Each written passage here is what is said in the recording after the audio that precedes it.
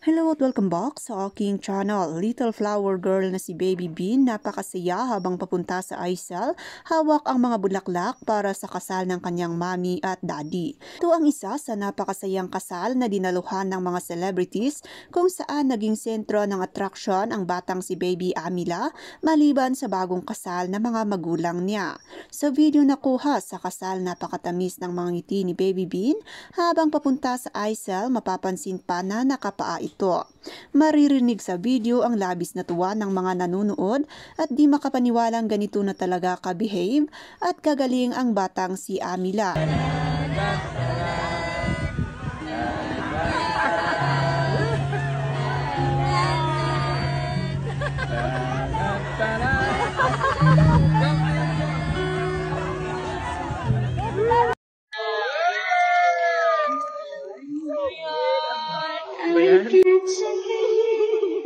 Don't want to hold your hand.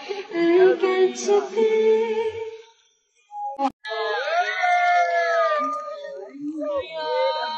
I got to feel. Don't